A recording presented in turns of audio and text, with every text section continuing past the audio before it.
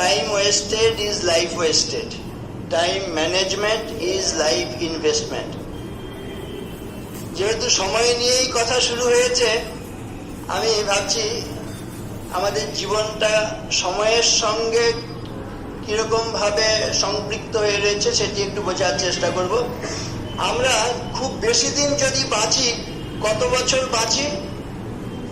বলছে শতায়ুর বই মনুষ্যা, মোটামুটি 100 বছরের কাছাকাছি, ঠিক কিনা? 100 বছরে কম বেশি ইত্যাদি। এখন আয়ুটা বেড়েছে, আগে মানুষের আয়ু একটু কম ছিল, এখন চিকিৎসা, স্বাস্থ্য সচেতনতা ইত্যাদির ফলে আয়ুটা কি যেন বেড়েছে, তবুও ওই 100 বছরের কাছাকাছি। কিন্তু একটি জিনিস আমি তুমি বলে বলছি, যেহেতু ছাত্রছাত্রীদের উদ্দেশ্যে আমার মূল কথা। আচ্ছা দেখো, 100 বছর যদি বাঁচি, আমরা কি পূর্ণাঙ্গ রূপে 100 বছর বাঁচি? আমি কতগুলো যুক্তি দিতে চাই। রাত দিন সমান তো? এই বন্টি, এদিকে শুনছো? 100 বছর বাঁচি যদি হয়, 100 বছর পূর্ণাঙ্গ ভাবে সক্রিয় ভাবে আমরা বাঁচতে পারি কি? 100 বছরের মধ্যে দেখো রাত দিন সমান কিনা? 100 বছরে 50 বছর রাতে কেটে যায় কিনা? রাতে ততটা সক্রিয় থাকি? এর মধ্যে দেখো আমাদের ব্যাধি, শোক, জরা ইত্যাদি আছে কিনা? অসুখ বিসুখ হয় কিনা? তাতে সময় অপচয় হয়। দুঃখ আসে মাঝে মাঝে জীবনে, তাতে সময় কিছুটা চলে যায়। আমাদের শৈশব ছিল, তখন কি অতটা সক্রিয় ছিলাম? আর বৃদ্ধ বয়সে ততটা সক্রিয় থাকতে পারবো?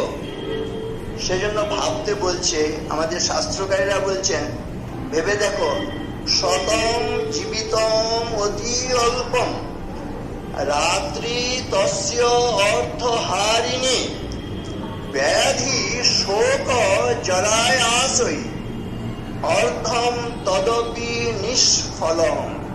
কি বলা হয়েছে? শতম জীবিতম অতি অল্পম।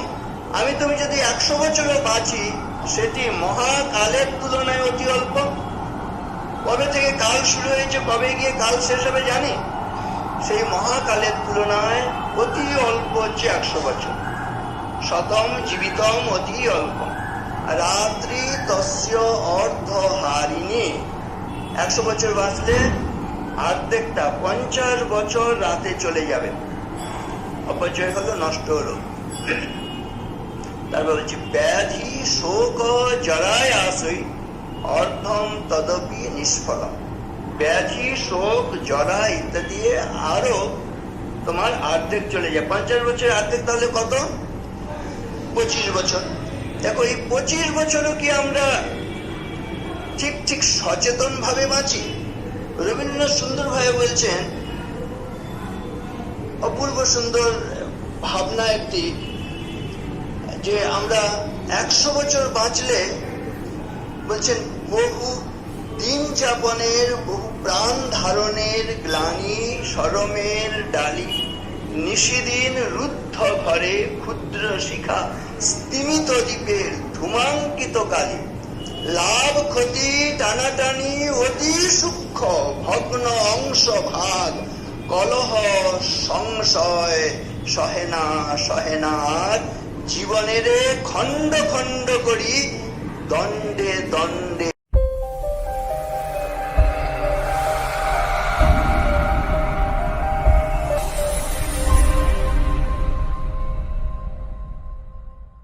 হয়।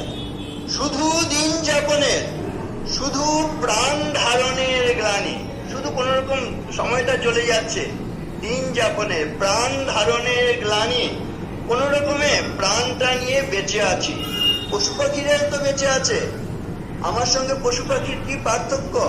কাকেরা বকেরা কি নিজের উদরপূর্তির জন্য বেঁচে থাকে না? আমার জীবনটি সেরকম। সেজন্য শাস্ত্রকারেরা বলছেন, প্রতিদিন ঘুম থেকে উঠে উঠে একটি জিনিস ভাববে, যে তুমি যেভাবে জীবন যাপন করছো সেটি মানুষের জীবন যাপন করছো না পশুর জীবন যাপন করছো।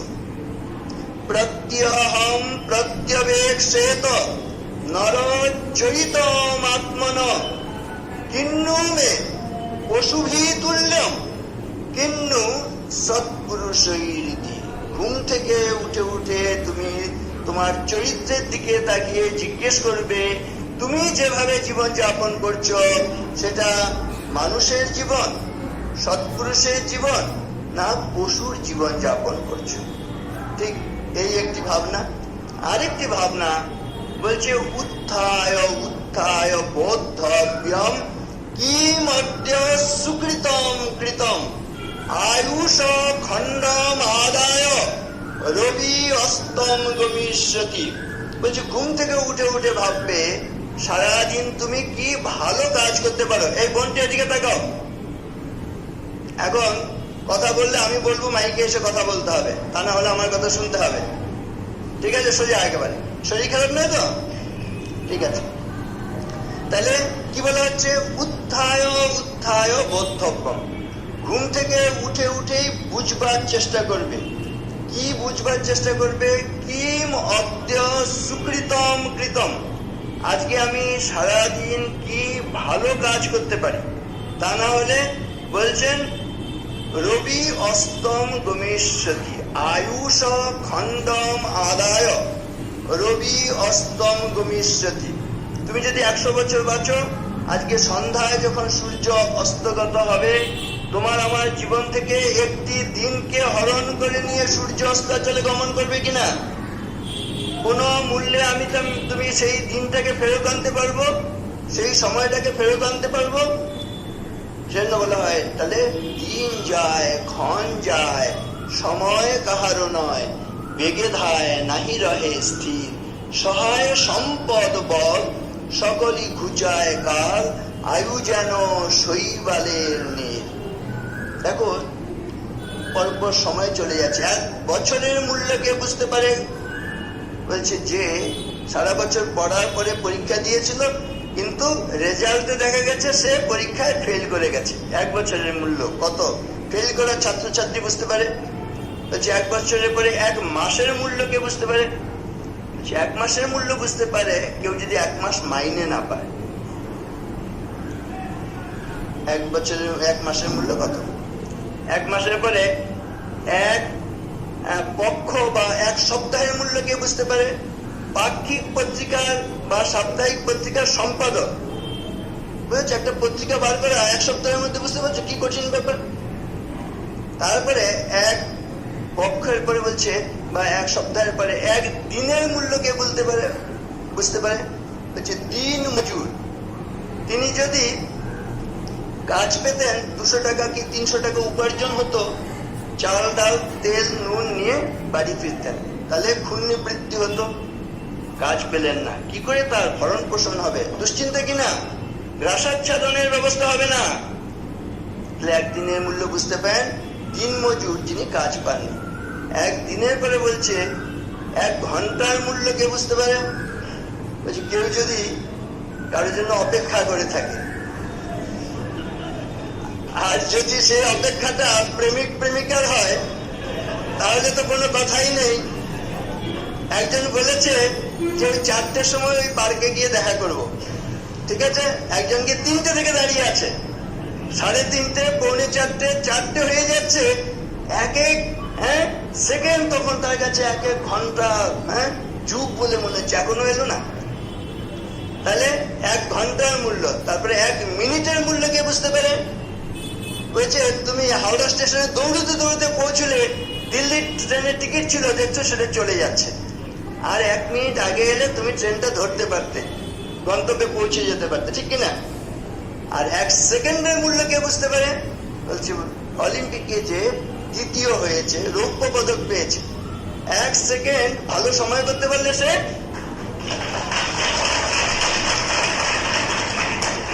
স্বর্ণ পদক পেয়ে যেত, ঠিক কিনা?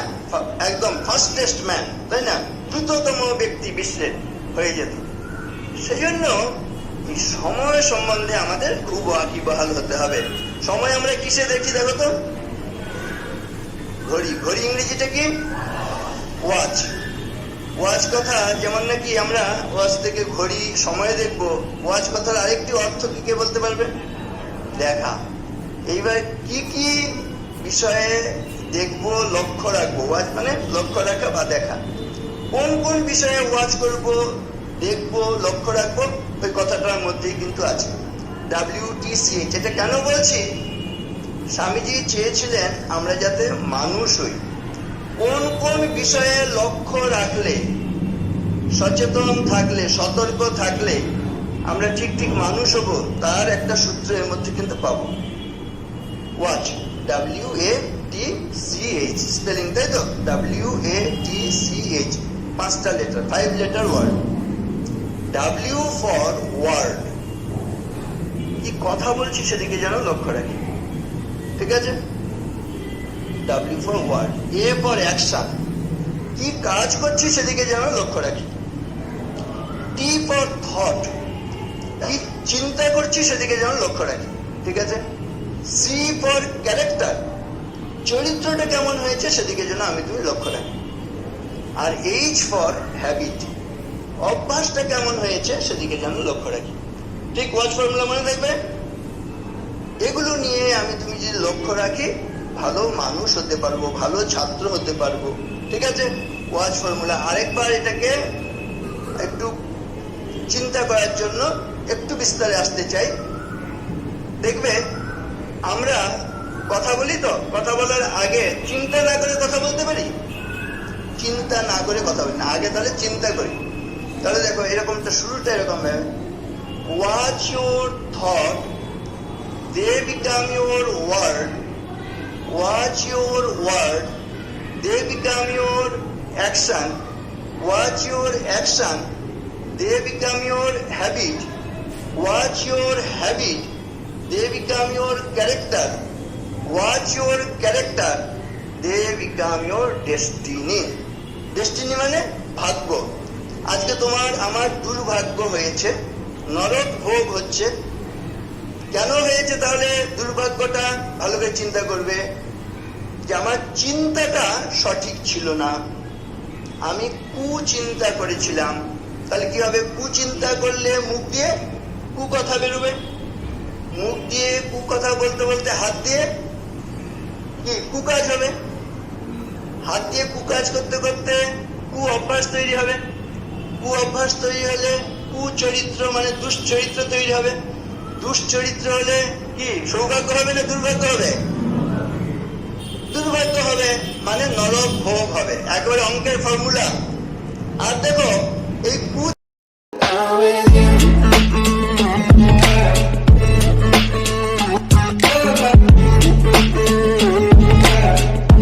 চিন্তাটা আবার কখন করি? কুচিন্তা কখন করি? যখন কুসঙ্গ হয়, ঠিক না? কুসঙ্গ করলে বারবার কুমন্ত্রণা দিচ্ছে, কুচিন্তা শুরু হলো। আর কুচিন্তা থেকে সব শেষে আমার তোমার দুর্ভাগ্য শুরু হলো, নরক ভোগ, ঠিক কিনা? আমরা নরক ভোগ চাই জীবনে? নরক ভোগ চাই না। কি চাই? স্বর্গ সুখ চাই, তাই তো? সৌভাগ্য চাই, চাই তো?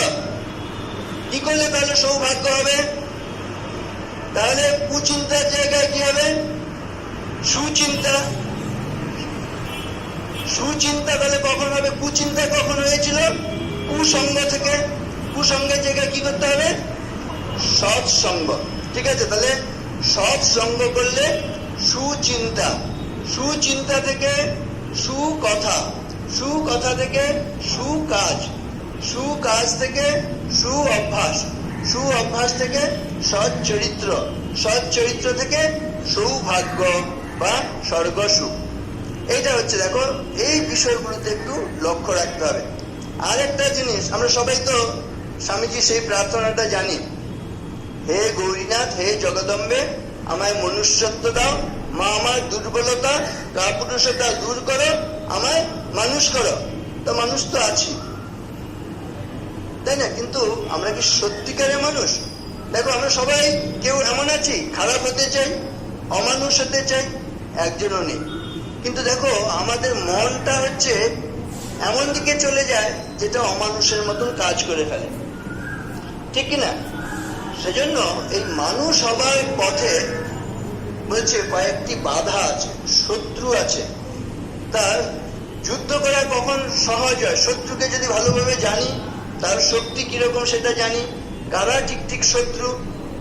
বলছে এই মানুষের 4টে বিষয়ের পরীক্ষা দিতে হয়, হ্যাঁ, আর কতগুলো শত্রুর সঙ্গে যুদ্ধ করতে হয়।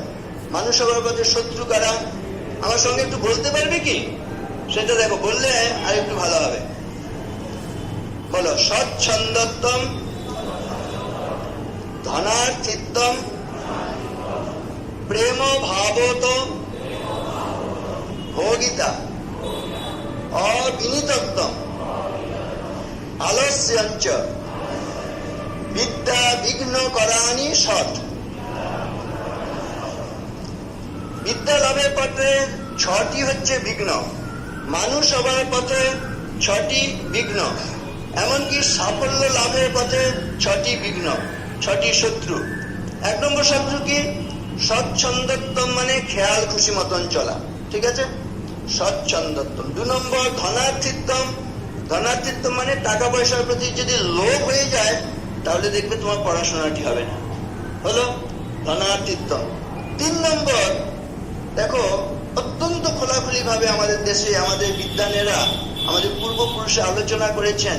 দুর্ভাগ্য আমাদের, এগুলো আমাদের স্কুলে কলেজে বাড়িতে আলোচনা হয় না। বলছে 3 নম্বর শত্রু কি? কোন ছেলে মেয়ে যদি প্রেম করতে শুরু করে দেয় তার বলছে পড়াশোনাটি হবে না। প্রেম করতে শুরু করে দিলে, ইন্দ্রিয় পরায়ণতার ভাবনা শুরু করে দিলে তাহলে কিন্তু তোমার পড়াশোনাটি হবে না। একটা সময় গোটা সংসার বলবে, বাবা তোর বয়স হয়েছে, মা তোর বয়স হয়েছে, এবার তোকে সংসার করতে হবে, বিয়ে থা করতে হবে। এই বিয়ে ব্যাপারটা বলছে খুব আমরা আলোচনা করি। এটা কিরকম বলছে? It's a wonderful case. বিয়ে ব্যাপারটা বলছে একটা সুন্দর খাঁচা। Those who are out of this case, they want to jump into it, but those who have already entered into that case, they want to jump out of it. বলছে बेहा बेहा सब कोई कहे, मेरा मन में एक ही भाई, चरखा टोली धो धो लगरा, जेल पर ले जाए। বিয়ে করে আর জেলে যাওয়ার মধ্যে পার্থক্য আছে? যারা বন্দী থাকতে চায় তারা বিয়ে করবে। আর ছেলেদের জীবনে দুঃখ বেশি না মেয়েদের জীবনে দুঃখ বেশি? ঠিক বলেছে। এখন এখন চাকাটা ঘুরে গেছে সত্যি। কারণ হয়েছে কি জানো? এখন ওই চেন্নাইয়ে একটা হাজবেন্ডস অ্যাসোসিয়েশন হয়েছে, খবরের কাগজে নিউজ। এ মহামান্য আদালত আমাদের স্ত্রীদের অত্যাচারের হাত থেকে রক্ষা করবে। এবার ওরা জোরে হাসছে, কিন্তু আমি বলি দেখো, এরা বলেছে ছেলেদের দুঃখ বেশি, কিন্তু মেয়েরা জানে যে আমাদের জীবনে দুঃখ বেশি। ওরা চিৎকার করে বললেও জানো সে কথা বলে বোঝানো হয় না। কিন্তু বলছে দুঃখের 6টা কারণ আছে। কি কি কারণ বলছে? শুনছো তো? ঈর্ষি, ঘৃণী, ন সন্তোষ, ক্রোধন, নিত্য শঙ্কিত, পরভাগ্যোপজীবী যে স্বরেতে দুঃখ ভাগে না। কারণ ঈর্ষা বেশি থাকলে, ঘৃণা বেশি থাকলে, অসন্তোষ থাকলে, মনে মনে কিছুতেই সন্তুষ্টি হয় না। ঈর্ষি, ঘৃণী, ন সন্তোষ, ক্রোধন, ক্রোধ বেশি থাকলে, নিত্য শঙ্কিত, শুধু ভয় ভয় জড়তা, এটা থাকলে, এবং শেষেরটা সবচেয়ে গুরুত্বপূর্ণ, পরভাগ্যোপজীবী যে যারা পরের ভাগ্যে খায়। কিরকম? আমি বলবো মেয়েদের জীবন। দেখো ছেলেবেলায় পিতার অধীনে কিনা মেয়েদের জীবন, যৌবনে গিয়ে স্বামীর অধীন কিনা, বার্ধক্যে গিয়ে ছেলের অধীন কিনা, স্বাধীনতাহীনতায় কে বাঁচিতে চায় হে, কে বাঁচিতে চায়, দাসত্ব শৃঙ্খল বল, কে পরিবে পায় হে, কে পরিবে পায়। সারা জীবন একজন পুরুষের দাসত্ব করার জন্য মেয়েদের জীবন। আজকের দিনে ভাবতে হবে। মেয়েরা আবার বলবে, ওরে বাবা তাহলে কি মহারাজ আমাদের বিয়ে করতে বারণ করছে? তা আমি বলবো, আমি বিয়ে করতে বারণ করলে তোমরা শুনবে না। হ্যাঁ, অনেক শিবের মাথায় জল, দুধ, দই, ঘি, মধু সব একটা বর চাই। কিন্তু দেখো তোমরা সংসার করো, বিয়ে থা করো, সব ঠিক আছে, কিন্তু দাসত্ব করবে না। এখানে স্বামীজির কাছে আসতে হবে। স্বামীজি বলছেন সেটাই হচ্ছে সত্যিকারের শিক্ষা, যে শিক্ষায় কিনা একজন মানুষ সে নিজের পায়ে নিজে দাঁড়াতে পারে, এমন যোগ্যতা অর্জন করবে। তুমি বাবার কাছে হাত পাতবে না, স্বামীর কাছে হাত পাতবে না, ছেলের কাছে হাত পাতবে না, তোমার জীবন থেকে 80% দুঃখ দূর হবে। হবে কিনা বলো?